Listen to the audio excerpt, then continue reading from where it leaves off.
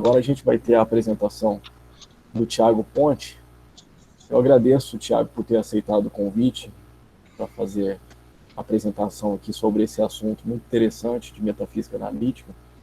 Antes da gente liberar a fala para o Thiago, eu queria apresentar o Thiago para vocês. Como o Thiago ele não é da casa, vamos dizer assim, então acho que seria interessante a gente apresentá-lo. O Thiago ele fez graduação em administração e em filosofia pela Universidade Estadual de Londrina. Depois ele fez especialização em história e filosofia da ciência também pela Universidade Estadual de Londrina.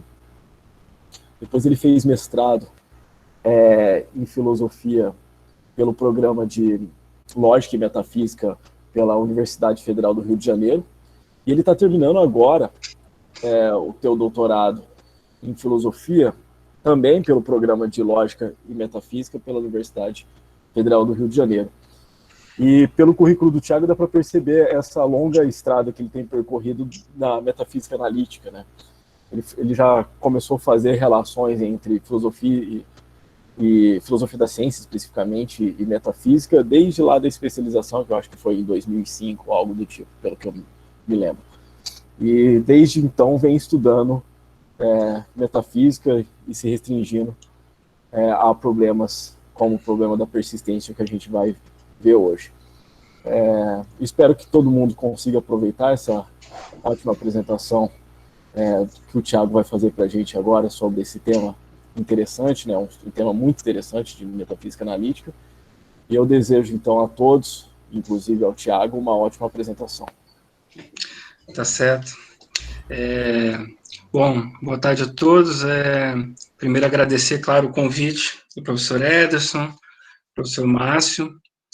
E, bom, a minha ideia é fazer mais ou menos o que foi feito na primeira apresentação, dar uma visão geral, assim, do problema. Eu não vou entrar muito em cada ponto específico, vou tentar dar uma visão geral, e aí, se a gente tiver tempo, depois nas perguntas, a gente pode ir complicando um pouquinho o problema, né?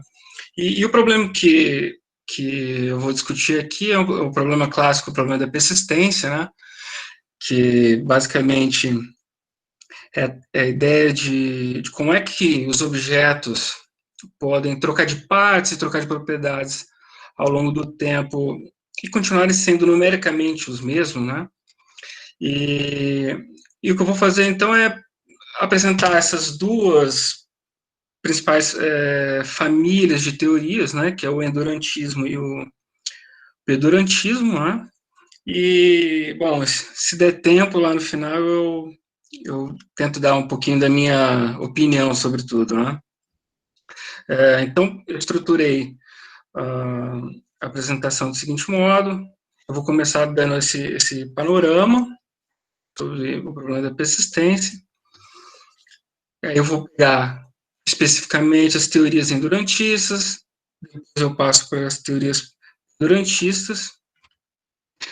Depois eu vou fazer uma sessão sobre esses puzzles e paradoxos que aparecem nessas discussões sobre persistência, que vamos dizer assim, a maneira mais fácil de tentar avaliar teorias da persistência, né, e poder decidir sobre uma ou outra. E eu vou tentar discutir a relação de persistência com o tempo, que também é uma maneira de tentar decidir sobre teorias da persistência, né? E aí, se tudo der certo, depois eu apresento um pouquinho da minha proposta, que é o que eu chamo de teoria das partes abstratas. Bom, o problema da persistência, uma maneira bastante usual, né, de apresentar esse problema é através da historinha do navio de Teseu. É uma historinha bastante famosa, né, e antiga já. Então, para quem ainda não conhece, a ideia é a seguinte: então, o Teseu tem um navio, e aí, ao longo do tempo, ele vai sofrendo uma série de mudanças, né? Então, um dia você troca o mastro, um dia você troca uma ripa de madeira, você vai trocando essas partes do navio, né? Até que, em um certo momento, você já trocou todas as partes do navio, né? Não tem mais nenhuma parte que pertencia àquele navio original. E aí, bom, a primeira pergunta é se esse navio agora, depois de todas essas trocas, se ele é o mesmo navio.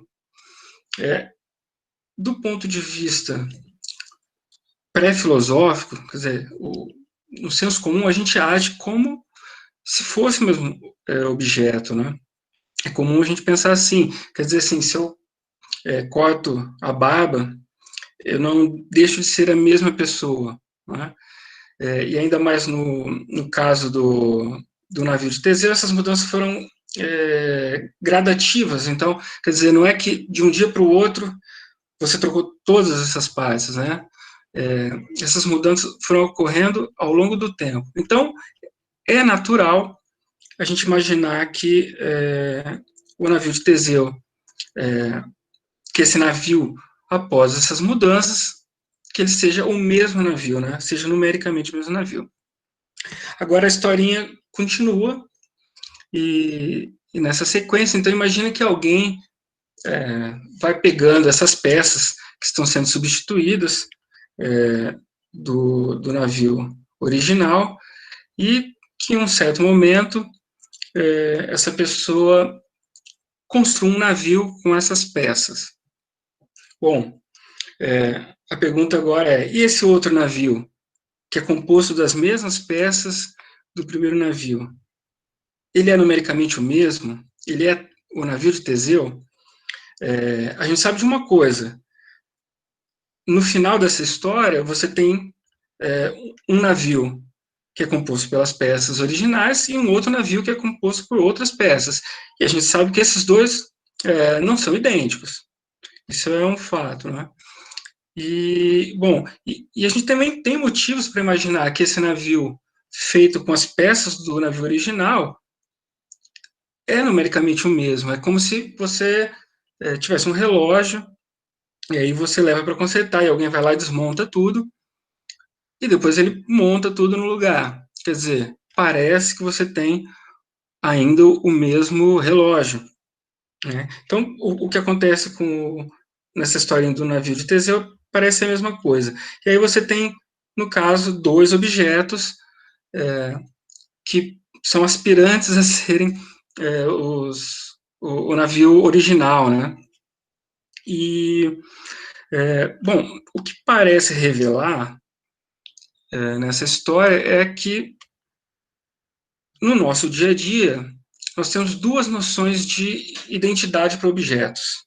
E a gente trabalha com essas duas noções no cotidiano, e a gente não pensa que, em certos momentos, parece que a gente tem um conflito, né? Você tem uma noção de identidade e de persistência, que é essa noção de identidade ao longo do tempo, e você tem essa noção que é uma noção meriológica, né? Uma noção de composição. E essa noção de composição, ela parece estar muito baseada num princípio lógico, que é a lei de Leibniz, não é? Então, vamos lá, a gente tem a historinha do navio de Teseu está te mostrando que você tem duas noções de identidade conflitantes.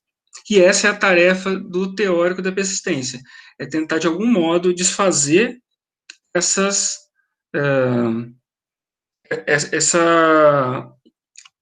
falta de consistência entre essas duas teses, né? Eu boto de uma maneira mais clara, você tem a definição do problema, quer dizer, o problema da persistência ou da identidade ao longo do tempo pode ser entendido como uma incompatibilidade em aceitar as seguintes teses. Uma, os objetos sofrem alterações em suas propriedades ou partes ao longo do tempo, que é aquela noção de identidade de persistência, né? A lei de Leibniz é verdadeira. E, de maneira informal, pode ser entendido como a ideia de que dois objetos são idênticos se eles possuem as mesmas propriedades ou partes, né? que é aquela noção de composição. A gente tem duas, como eu havia falado no começo, a gente tem duas famílias de teorias, né, para tentar explicar isso. Uma delas é o endurantismo. Em alguns textos você também pode encontrar tridimensionalismo. E a ideia é, bom, os objetos persistem estando completamente presentes em cada instante de sua existência e são multilocalizados no tempo. Ou seja, se eu persisto, não é, durante um período de tempo, em cada instante da minha existência, eu estou lá de maneira completa. Se eu existia ontem, eu estava completamente presente ontem, e eu estou aqui agora completamente presente nesse instante. E por isso também multilocalizado. Quer dizer assim, é um mesmo objeto, eu, que está localizado em mais de uma região do espaço-tempo. Essa que é a ideia defendida pelo endurantismo. Então, quer dizer assim, o endurantismo ele tenta justificar aquelas duas teses, né, a tese de persistência e a tese mereológica, defendendo que os objetos estão completos e multilocalizados. A teoria concorrente é o endurantismo ou tetradimensionalismo. Segundo essa teoria, os objetos são agregados de partes temporais. O que significa isso? A imagem que o endurantismo nos fornece é uma ideia de um verme espaço-temporal. Então, os objetos estão espalhados no espaço-tempo. E cada instante de existência de um objeto é uma parte temporal dele. Ou seja, o tempo funciona de maneira análoga ao espaço. Então, se eu persisto ao longo do tempo, é porque cada instante da minha existência eu tenho uma parte temporal lá. Né? Do mesmo jeito que a minha mão é uma parte espacial minha, o eu aqui agora sou uma parte temporal minha, e eu, como um objeto, sou esse verme espaço-temporal. Né? Os principais nomes aqui, do ponto de vista do endurantismo, a gente tem o Lewis, Sider, a Hawley, o Heller. Já falando em endurantismo, a gente tem o Peter Van Inwagen, a Sally Hasinger, a Judith Thomson e o Tilson. São os que eu selecionei aqui, são aqueles principais nomes das teorias mais clássicas, né?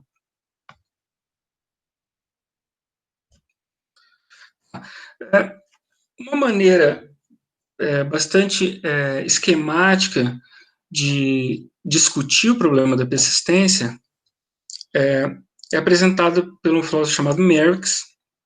Então, ele apresenta o problema numa forma de uma redução ao absurdo.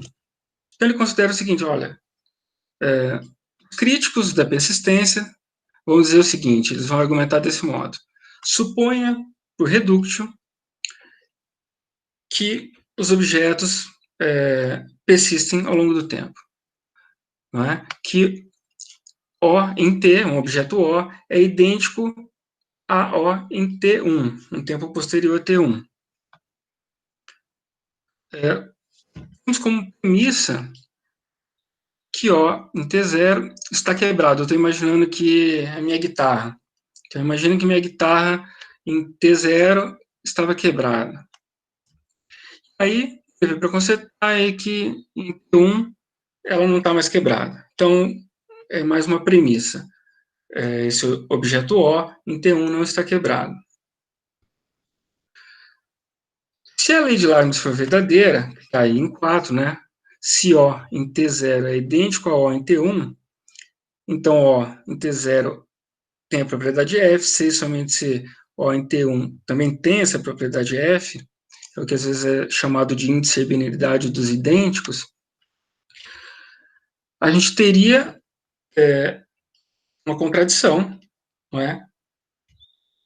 O em T0 está quebrado e O não está quebrado. E por isso a gente teria a negação de 1, ou seja, os objetos não persistem. Né? Qual é a tarefa do teórico da persistência diante disso? Né? É tentar reinterpretar esse argumento de maneira que a gente não tenha mais esse resultado contraditório. Então, agora, eu vou começar apresentando as teorias dentro do endurantismo e tentar avaliar que tipo de respostas que eles podem oferecer para esse tipo de argumento. Né? Começando pela proposta do Van Inwagen, indexar o tempo à propriedade.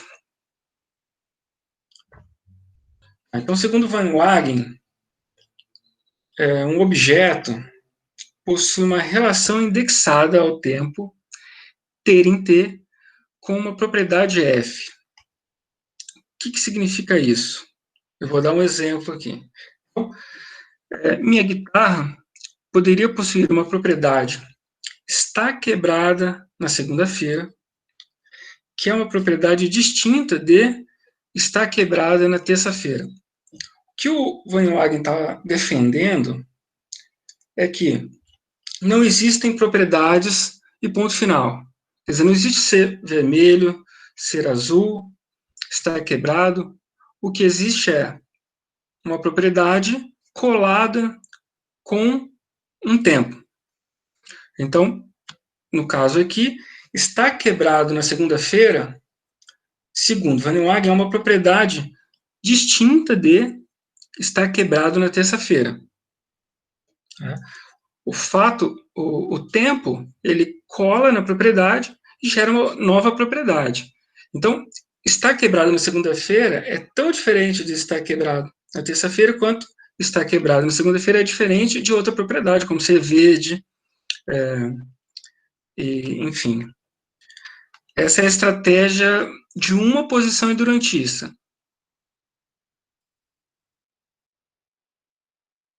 Eu vou mostrar lá no argumento como é que você pode reescrever o argumento agora assumindo que propriedades são indexadas ao tempo. Depois, passa agora a ser O está quebrado em T0, né? Esse quebrado em T0, então, simbolizando uma propriedade específica. O não está quebrado em T1, mais uma vez, quebrado em T1 simboliza uma propriedade específica. Tudo bem, a lei de Leibniz está ali, mas agora o que a gente tem é simplesmente que O está quebrado em T0 e não está quebrado em T1. É a mesma coisa dizer que O está quebrado e não é verde. Essa é a ideia de Van Inwagen para tentar justificar aquelas duas teses, a princípio, incompatíveis. O problema maior disso aqui é, primeiro, quer dizer, a gente não está acostumado a entender propriedades desse modo, não é? Propriedades supostamente não são relações desse tipo, né? Se a gente conseguisse arrumar um jeito de justificar aquelas duas teses sem mudar essa noção básica de propriedade, seria melhor. Tá, vamos lá, então, a segunda proposta endurantista, chamado adverbialismo, que foi proposto pela Sally Hedlinger. Segundo ela, o tempo funcionaria como um advérbio, alterando a forma com que um objeto possui uma determinada propriedade. Então, aqui, agora, não é que o tempo, junto com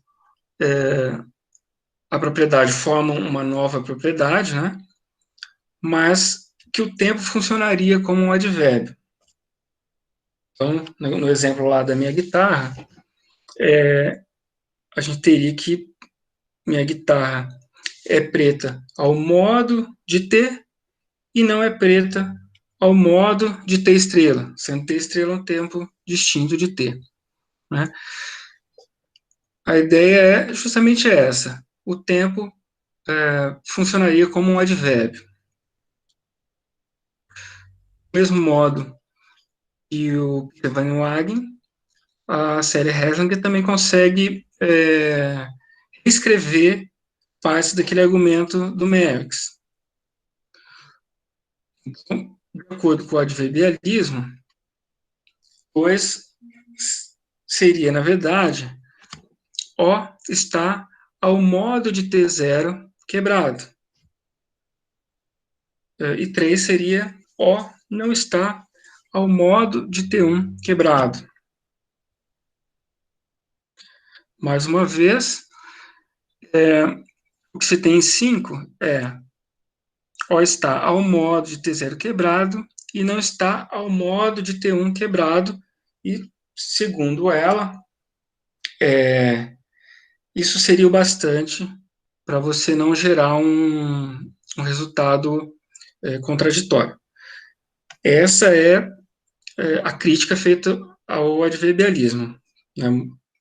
Boa parte dos filósofos olharam para isso e falaram, olha, do ponto de vista lógico, você tratar o tempo como um advérbio não altera o fato de que você consegue tirar dali uma contradição. Né? Você continua tirando um fato ali de que o O está quebrado e não está quebrado.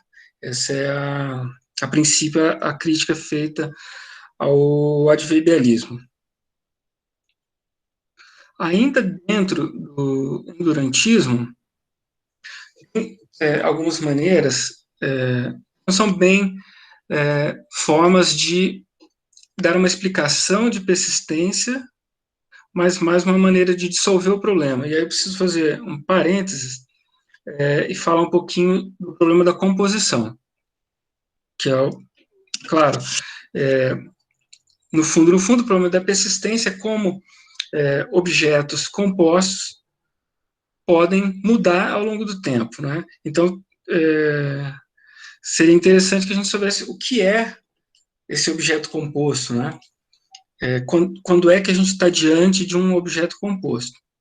E aí, tentando rapidamente falar sobre isso, o problema da composição, geralmente você tem 3 grandes teses a respeito de quando é que a gente tem uma composição ou não. Você tem uma tese que é o universalismo, que defende que qualquer soma de partes forma um objeto, ou seja,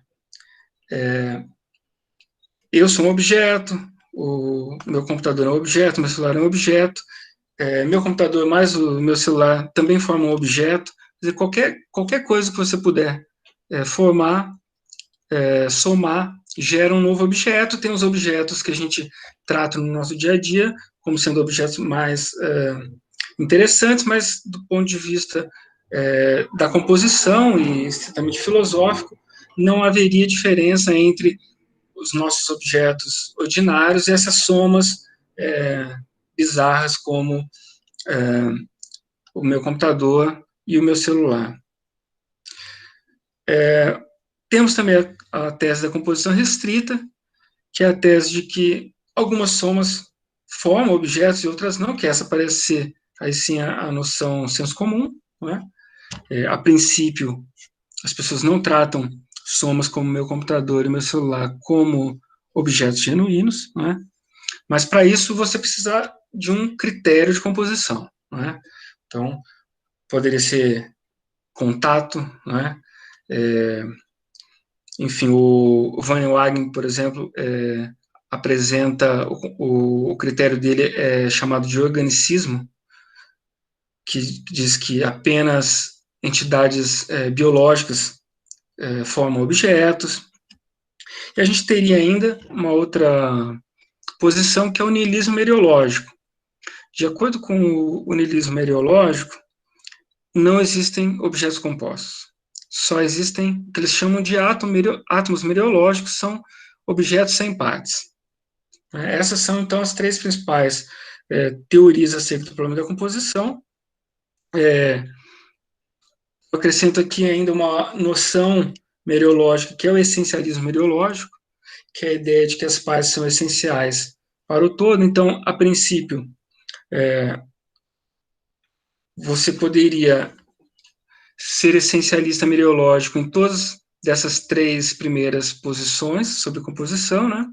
E o essencialismo mereológico ele é interessante, em especial para a composição restrita, porque é uma ideia de que, bom, se houver algum critério de composição, a gente ainda pode ter uma noção que não seja vaga de composição se a gente for essencialista mereológico, e aí eu vou explicar um pouquinho melhor por que disso, com base num argumento desenvolvido pelo Lewis, depois aperfeiçoado pelo Sider, que é o argumento da vagueza. Antes disso, só os principais nomes aqui. Lewis e Sider são universalistas bom, eu já tinha falado que eles também eram perdurantistas, então há uma relação aqui entre essas duas teses, o universalismo no campo da composição e o perdurantismo no campo da persistência, né? E depois o Peter Van Inwagen, ele acaba sendo o grande nome tanto da composição restrita como do niilismo. Ele defende que, do ponto de vista de artefatos, o niilismo mereológico é o que está correto, ou seja, não existem cadeiras, não existem mesas, computadores, né? Só existem, do ponto de vista dos artefatos, só existem átomos mereológicos, mas ele é organicista. Então, ele defende que, bom, organismos formam objetos, tá? E aí, falando então um pouquinho do argumento da vagueza, então, só para a gente não se perder, eu estou aqui, eu fiz um parênteses dentro dessa proposta de dissolver o problema da persistência, né? Apresentei algumas teorias da composição, e aí eu vou apresentar o argumento da vagueza agora, que é um argumento para você escolher sobre posições da composição. O argumento começa com essa linha 1 ali, e diz o seguinte, se não é o caso que toda classe tem uma fusão, ou seja, se não é o caso que a gente sempre pode somar coisas e formar um novo objeto, então deve haver um par de casos conectados por uma série contínua tal que em um a composição ocorre, mas em outro a composição não ocorre. Então, a ideia é assim, imagina que eu estou com a minha guitarra e eu começo a desmontá-la. Tem que chegar um momento, se não é o caso que toda classe tem uma fusão, tem que chegar um momento em que, bom, num caso eu tinha uma guitarra e no caso posterior eu não tenho. Quer dizer assim, se eu tirei uma peça, agora já não é mais uma guitarra, e antes era. Então, para a gente evitar a vagueza, a gente teria que ter isso. O que acontece é que, segundo o Sider, o Lewis, nesse tipo de série em que você vai tirando partes dos objetos, esse corte é sempre arbitrário, né? Se eu digo, olha, eu vou tirando células do meu corpo, por que agora que eu tirei exatamente essa célula, já não existe mais uma pessoa, né? E se eu tivesse tirado antes, eu continuaria sendo uma pessoa. Então, parece ser sempre arbitrário. E, segundo eles também, a composição ela não pode ser vaga, nem arbitrária. Né? Você não pode ser vago se eu estou diante de um objeto ou não. De acordo com o Sider, isso geraria uma vagueza, um problema de contagem dos objetos do mundo, né? E isso levaria essa vagueza para dentro da matemática. Então, Bom, a matemática não pode ser vaga, então a composição também não pode ser vaga. Tá, o argumento do Seider diz sobre universalismo, porque na hora da apresentação desse argumento ele já excluiu o essencialismo mereológico, já excluiu o niilismo por outros motivos. Mas, bom, se a gente desconsiderar isso, olhando apenas para o argumento da vagueza, a gente deveria incluir aqui tanto o niilismo quanto o essencialismo mereológico. Então, tudo isso para dizer, o argumento da vagueza nos mostra que, se a gente quiser evitar a vagueza no mundo, a gente tem que evitar a composição restrita, a tese de que algumas somas de objetos formam objetos e outras não, né?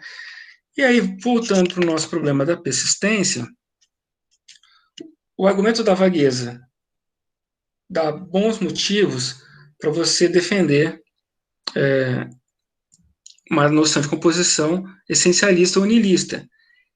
E se a gente defender uma posição essencialista ou niilista de composição, a gente teria uma forma de dissolver o problema da persistência.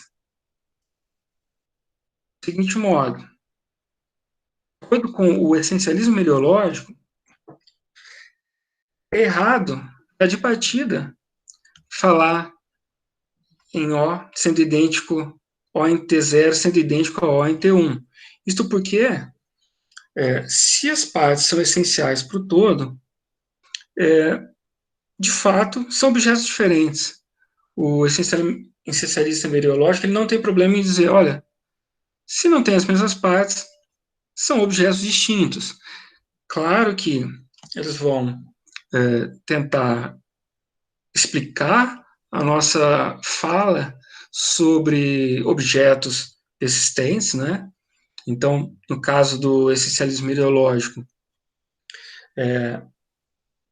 o Chisholm, que é o principal defensor, vai dizer, olha, do ponto de vista estritamente filosófico, são objetos distintos, mas se a gente falar de uma maneira vaga, a gente pode entender os objetos como construções lógicas. Então, a gente consegue falar sobre objetos no tempo, mas se a gente fosse falar do ponto de vista estrito, se teve uma alteração nas partes, é um novo objeto. O niilismo também dissolve o problema. Não resolve, mas dissolve. Por quê? Para o niilista, nem existem objetos compostos. Então, não se pode falar de identidade de objetos ordinários, a não ser identidade de átomos mereológicos. E é por isso que ainda essas duas proposições que não resolvem o problema, mas tentam dissolver o problema, ainda são tidas por alguns como posições endurantistas. Por quê? Por mais que elas não expliquem a mudança, alguns objetos persistem. Por exemplo, se minha guitarra, imagine que a gente tem um bom motivo para dizer que a minha guitarra é um objeto. Se ela não sofrer nenhuma alteração de partes ou propriedades ao longo do tempo, ela vai persistir de maneira tridimensional. Vai ser um objeto tridimensional que estará localizado em cada instante da sua existência. E no caso do niilismo, é possível defender que pelo menos esses átomos mereológicos persistem, uma vez que nem tem como eles trocarem de partes, porque eles nem partes têm, né? Então tá. Então, são as principais maneiras endurantistas de tentar dar conta do problema da persistência. Eu vou partir agora para as soluções pedurantistas. Né? O pedurantismo clássico é essa noção de que os objetos são entidades tetradimensionais. Como eu havia falado lá no início, os objetos são somas meriológicas de partes temporais. Vou colocar um desenho aqui para tentar deixar isso mais claro. Está lá a minha guitarra. Segundo o pedurantista, a minha guitarra é todo esse verme espaço-temporal. Né? É a soma dessas três coisas que a gente está vendo na imagem. Né? Cada guitarrinha que está ali em um certo tempo representa aqui uma parte temporal. É aquilo que eu falei. O tempo é entendido de maneira análoga ao espaço. Né? Então, vamos dizer, como é que funciona a ideia de mudança aqui para o pedurantista? Aquelas propriedades supostamente contraditórias do objeto, elas não são propriedades do objeto tetadimensional. A minha guitarra está quebrada e não está quebrada, essas propriedades não são propriedades do verme espaço-temporal. Elas são propriedades das partes temporais. Então, se eu digo que eu tenho um nariz grande, por exemplo, isso não significa que eu sou grande do ponto de vista espacial. Né? Eu não empresto, infelizmente, essa propriedade do meu nariz. No caso aqui dos objetos espaço-temporais, a coisa acontece do mesmo jeito. Então, se eu digo que a guitarra está quebrada, no fundo, o que eu quero dizer é que uma parte temporal dela está quebrada, e se a guitarra não está quebrada, é porque uma outra parte temporal dela, um outro objeto, que não tem essa propriedade de estar quebrado. O durantismo também tem uma outra versão, que é chamada stage view, ou durantismo. Tem alguns filósofos que acabam colocando essa versão como uma terceira resposta para o problema da persistência, e não como um braço do pedurantismo. Preciso fazer mais um parênteses aqui, antes de explicar direitinho como é que funciona essa visão da stage view, que é algumas noções bem básicas da disputa sobre mundos possíveis, né? O realismo versus atualismo. A tese famosa do David Lewis, né? Para tentar dar conta de modalidade e tal, é a ideia de que, bom, existem mundos possíveis, que os mundos possíveis são concretos, né? E são esses mundos possíveis que são usados para você dar uma interpretação das proposições modais, né? E o realismo modal, ele está no debate junto com o atualismo, que defende que esses mundos possíveis são entidades abstratas, né? Isso, se der tempo de falar depois da minha proposta, isso vai ter alguma importância, né? O ponto agora é o seguinte: segundo o realismo modal, que acaba servindo como uma inspiração para a noção de stage view, é de que as proposições modais são analisadas em termos de contrapartes. Então, né, se eu digo, olha, eu poderia ser o presidente do Brasil, significa que existe um mundo possível, concreto, e lá nesse mundo possível tem uma contraparte, né, que é um objeto muito parecido comigo, é o objeto mais similar a mim naquele mundo, e ele, de fato, é o presidente. Né? Essa relação de contraparte, né, explicada ali, então, o objeto Y em um mundo W2 é uma contraparte de um objeto X em um mundo W1, se Y se assemelha a X e nada mais em W2 se assemelha a X mais que Y. Essa noção de contraparte, ela é emprestada pelos defensores da stage view em relação ao tempo. Eles acrescentam essa noção de contraparte temporal. Segundo essa noção, um objeto X em T é uma contraparte temporal de um objeto y em t estrela, se o objeto x é o objeto mais similar a y em t. Voltando lá para aquela imagem do tetradimensionalismo, né? A diferença que acontece agora com o stage view é que você não olha mais para o verme espaço-temporal, você não olha mais para o objeto como um todo. Então, cada objeto que está em cada instante é um objeto completo, e por isso tem algumas semelhanças com o próprio endurantismo. Mas o que acontece agora é que esses objetos que estão no tempo, eles estão ligados por essa relação de contraparte temporal. Ou seja, tomemos a minha guitarra em T2. Minha guitarra em T2, ela é um objeto diferente do objeto que está em T3, e é um objeto diferente do objeto que está em T1. Mas o objeto que está em T1 é a contraparte temporal do objeto que está em T2. Ou seja, é o objeto de T1 que mais se assemelha à guitarra que está em T2. Né? O problema da mudança, ele é, de certo modo, análogo à visão do perdurantismo padrão, né? Quer dizer, as propriedades contraditórias, elas não são de um objeto só, mas elas são de dois objetos. Nesse caso, elas são propriedades de estágios, por isso stage view, né? Elas são propriedades de estágios do objeto. Certo? Então, só concluindo aqui o perdurantismo,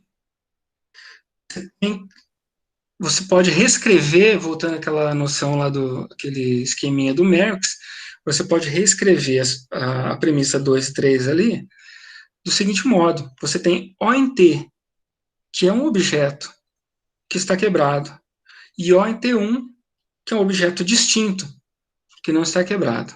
Você tem isso funciona tanto para a visão padrão quanto para o stage view. Você tem dois objetos distintos com propriedades distintas, e isso não faz a menor diferença, porque o objeto como um todo não é nenhuma das suas partes, ele é a soma de todas as suas partes.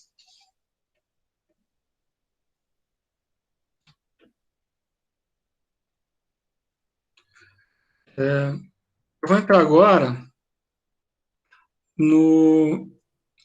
Como eu tinha falado, o problema da persistência, ele é, em geral, avaliado com base no desempenho dessas teorias com relação a puzzles e paradoxos. Né? Então, vou começar apresentando aqui o paradoxo da coincidência. Tem várias versões, né, desse paradoxo. Uma versão bastante discutida é o chamado paradoxo da estátua e da argila. Então, de acordo com esse paradoxo, eu vou contar um pouquinho a historinha também, como é que funciona. Você tem, imagina que um artista, quer dizer assim, você tem em um tempo T0 uma porção de argila, e aí, em um tempo posterior T1, um artista dá a forma para essa porção de argila de uma estátua. O que acontece é que surgiu uma estátua em T1, essa estátua não existia em T0. Agora, a porção de argila que existia em T0, ela também continua existindo, né? Quer dizer assim, você não, aquela porção de argila não sofreu nenhuma mudança que nos permitisse falar que, bom, já não existe mais um objeto, a porção de argila continua existindo. Agora, se a gente olhar para T1, tanto a porção de argila quanto a estátua, elas são compostas pelas mesmas partes, né? Então, isso nos levaria a pensar que elas são um mesmo objeto. Agora, o problema é que a posição de argila existia em T0, enquanto a estátua não existia em T0. Então, elas têm propriedades distintas, o que nos leva a pensar que elas são objetos distintos. É mais ou menos o que acontece ali. Então, você tem estrela ali, você tem tanto a estátua quanto a porção de argila. Isso, bom, isso é um problema porque você teria que admitir que nós temos dois objetos distintos ocupando o mesmo lugar no espaço, e isso parece um princípio bem importante e que, bom, ninguém que discute a teoria da persistência estaria disposto, a princípio, né, a abdicar desse princípio. Então, oi? Desculpa te interromper, só para avisar o tempo, você tem mais 10 minutos, ok? Tá certo, tá certo. Então, vamos tentar dar uma olhada como é que essas teorias da persistência tentam responder esse problema. E já adianta o seguinte, em geral, esses paradoxos e puzzles são tidos como paradoxos, tidos como argumentos em favor do pedurantismo. Porque o endurantismo, ele tem a vantagem de ser compatível com o senso comum, quer dizer, então, as pessoas estão mais dispostas a aceitarem uma visão de que os objetos são entidades tridimensionais e que estão meio que passeando ao longo do tempo. Essa noção de pedurantismo, ela acrescenta uma nova ideia, uma nova imagem de persistência para as pessoas. E no final das contas, esses paradoxos e puzzles são geralmente tidos como argumentos a favor do pedurantismo, né? Porque supostamente eles dão uma resposta mais precisa para esses problemas. Eu vou começar mostrando justamente qual que é a ideia do pedurantismo em relação a esse problema da coincidência. A resposta pedurantista é basicamente dizer que, olha, o objeto que está em T estrela é uma parte temporal tanto da estátua quanto da porção de argila. Então, voltando ali, se eu sou pedurantista, eu vou dizer que os objetos são tetradimensionais. A porção de argila ela é uma soma meriológica do que está em T e do que está em T estrela. A estátua, ela é simplesmente o objeto que está em T estrela, porque ela não tem partes em T. E a resposta pedurantista para o paradoxo da estátua da argila é dizer, olha, o que está acontecendo ali em T estrela é uma sobreposição de partes. Existe uma parte temporal, um objeto que está em T estrela, que é tanto parte da estátua quanto é parte da porção de argila. E, bom, a gente não tem mais um problema de coincidência, porque os objetos precisam ser tomados como um todo. Né? A porção de argila, ela não coincide espaço-temporalmente com a estátua, porque ela tem uma parte temporal que a estátua não tem, que é o objeto que está em T. Né? E parece ser uma solução bastante elegante o problema da coincidência. E aí, o que acontece? O endurantista, ele tem que apelar muitas vezes para o essencialismo mereológico, que é aquela proposta que a gente tinha já discutido, e dizer, olha, se não há alteração nas partes, não há um novo objeto. Então, quer dizer, o essencialista ele tem que, de certo modo, negar que aquela ação do artista gerou uma estátua. Quer dizer assim, o essencialista ele tem que dizer, olha, a estátua já existia mesmo antes do artista dar forma a ela, né? Ou você tem que apelar para o niilismo, que, mais uma vez, é uma posição contraintuitiva, né? De que, olha, não existem objetos, não existem artefatos. Claro, você resolve o problema, mas se a gente conseguisse ter uma forma que preservasse algumas outras noções, seria mais interessante. O pedorantismo parece fazer isso, né? E aí, o que resta para o pendurantista é aceitar a coincidência. É dizer, olha, não, tudo bem, o que está acontecendo ali é isso mesmo, temos dois objetos diferentes, uma estátua e uma porção de argila ocupando o mesmo lugar, né? Mais uma vez, pode ser, claro que a gente poderia dar essa resposta, mas se a gente tiver uma outra explicação que preserve algumas intuições, seria melhor, e o pedorantismo, mais uma vez, parece fazer isso. O argumento da vagueza, também eu vou passar mais rápido nisso, mas o argumento da vagueza também parece sustentar essa noção pedurantista. Eu vou falar bem rapidinho aqui, isso porque daria para fazer uma versão do argumento da vagueza pensando em somas ao longo do tempo. E aí, se você pensar que, de novo, você restringir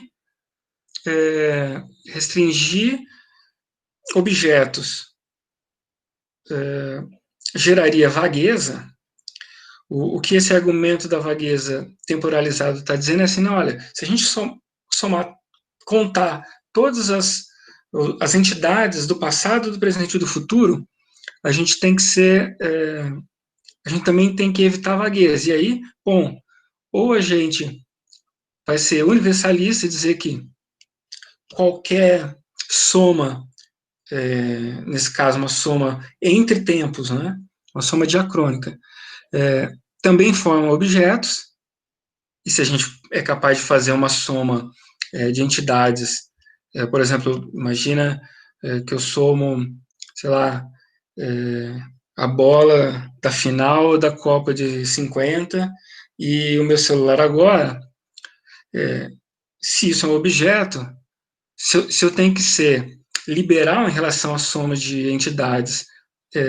diacrônicas, então as entidades possuem partes ao longo do tempo.